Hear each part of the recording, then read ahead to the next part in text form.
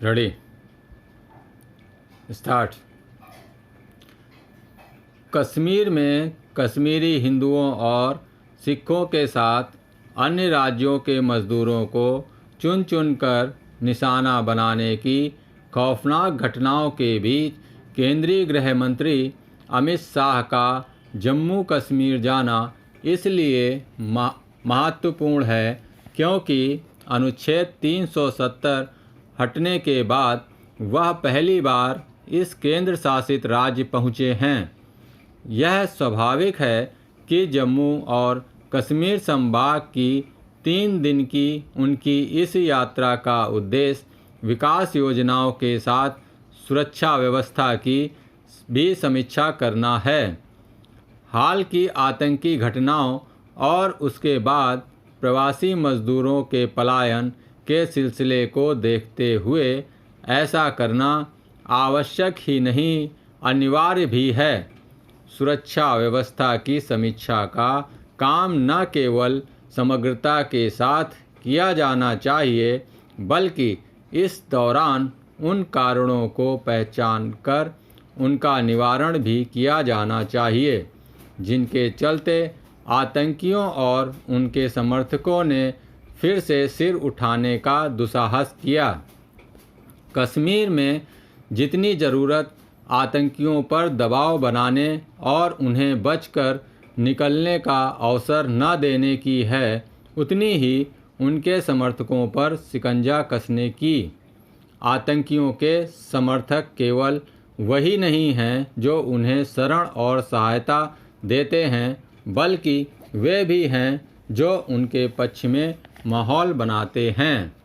चूँकि इसमें नेता, नौकरशाह और अन्य सरकारी कर्मचारी भी शामिल पाए गए हैं इसलिए सुरक्षा व्यवस्था की समीक्षा कहीं अधिक गहनता से करने और उसका दायरा बढ़ाने की भी ज़रूरत है। रहकर होने वाली आतंकी घटनाएं यही इंगित करती हैं कि कश्मीर में आतंकवाद और अलगाववाद के समर्थक अब भी सक्रिय हैं।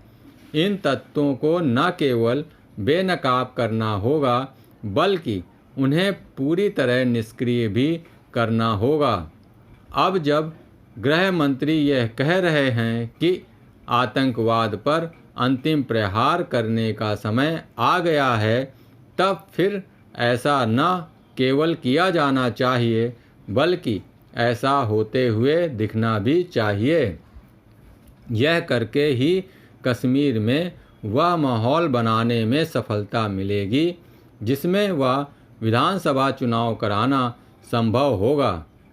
यह अच्छा हुआ कि गृह मंत्री ने राज्य का दर्जा बहाल करने के अपने वायदे को दोहराया लेकिन कश्मीर में कानून और व्यवस्था को सामान्य बनाने और वहां विकास योजनाओं को आगे बढ़ाने के लिए यह भी आवश्यक है कि सीमा पार से होने वाली आतंकियों की घुसपैठ थमे। यह ठीक नहीं कि सीमा पार से आतंकियों की घुसपैठ का सिलसिला कायम है। उसका उदाहरण पुंछ के जंगलों में आतंकियों का जमावड़ा।